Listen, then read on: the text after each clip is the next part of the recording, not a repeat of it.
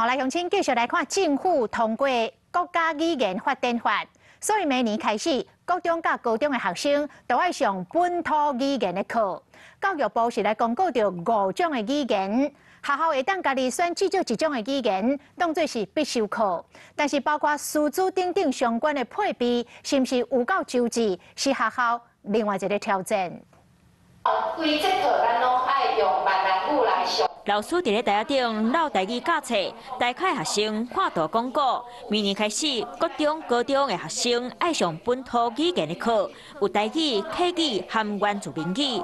后每一间学校开始伫咧准备这个课程。也通过了高级啊、中高级以上的这个认证，我们有4位的老师。那么他们明年就可以来担纲这个课程，而且他们的这个教学经验也都很丰富。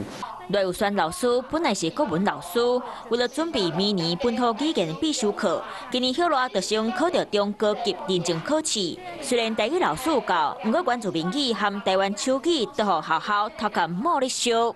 那因为这个课程的整个发展需要我们老师们一起共同备课，然后做一个讨论研发出比较适合我们这边学区的孩子的需求。孩子能够学习的话，可以多一个就是语言，可以跟人们多一个沟通，然后对文化的传承也很有意义。